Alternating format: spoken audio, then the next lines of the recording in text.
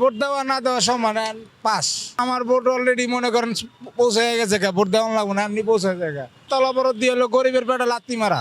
সকাল 6টা থেকে এই পর্যন্ত শুধু 150 টাকা মারছি। 150 টাকা মারলে আমার পেট চলতো কেন? এই সকাল বেড়েছি এতক্ষণে 500-600 টাকা হয়ে যাইতো, কিন্তু এখন শুধু 150 টাকা কামাই হয়েছে। 150 টাকা দিয়ে কি করবো? এই সকালে কোনো খ্যাপই নেই, মানুষ নাই, হরতাল। আমাদের দাবি আদায় করে কোথায়? এই যে মনে করেন সরকার কামাই নাই, পেট চলবো না, রাজনীতি দিয়ে হইব কি? দেশে কোনো রাজনীতি দিয়ে আমাকে কোনো হইব না, আমাকে পেট চলতে হইব। তো হিসাব ছাড়া তো হরতাল দিলে হইব না। আমাকে তো বাঁচতে হইব, যে সব জিনিসের বাজার বেশি, এত দাম দিয়ে কিনে আমাকে গরিব মানুষের বুদ্ধি খাওয়া সম্ভব কোনো কিছু? আমি মনে করি এইটা সুন্দরভাবে এক লগে বসে আলোচনা করে যদি একটা করে সবচাইতে একলে ভালো হয়। এত মনে করেন হরতাল অবরোধ দিয়ে হলো গরিবের পেটে লাত্তি মারা।